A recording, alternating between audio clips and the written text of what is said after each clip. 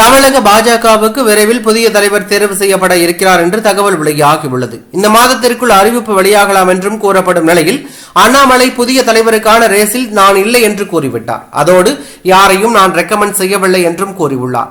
தமிழகத்தின் புதிய பாஜக தலைவராக நயினார் நாகேந்திரன் தேர்வு செய்யப்படலாம் என்று கூறப்படுகிறது.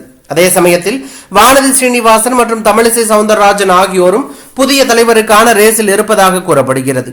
அடுத்து வரும் 2026ஆம் ஆண்டு சட்டசபை தேர்தலில் அதிமுகவுடன் கூட்டணி அமைக்க பாஜக தயாராகி வருவதால் அண்ணாமலையை தலைமை பொறுப்பிலிருந்து மாற்ற முடிவு செய்துள்ளார்கள்.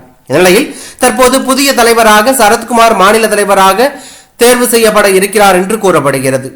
இதில் எந்த அளவுக்கு உண்மை இருக்கிறது என்பது தெரியவில்லை. ஆனால் தன்னுடைய கட்சியை கலைத்துவிட்டு பாஜகவில் இணைந்த சரத்குமார் கட்சிக்காக தீவிர பணியாற்றி வருகிறார். இவருடைய மனைவியும் நடிகையுமான ராதிகாவுக்கு கடந்த நாடாளுமன்ற தேர்தலில் போட்டியிட பாஜக சீட்டு கொடுத்தது. இந்நிலையில் சரத்குமார் மாநில தலைவராக நியமிக்கப்பட வாய்ப்புள்ளதாக தகவல் வெளியாகியுள்ளது. மேலும் இதுகுறித்து விரைவில் அறிவிப்பு வெளியாக வாய்ப்புள்ளதாக தகவல் வெளியாகி பெரும் பரபரப்பையும் அதிர்ச்சியும் ஏற்படுத்தியுள்ளது.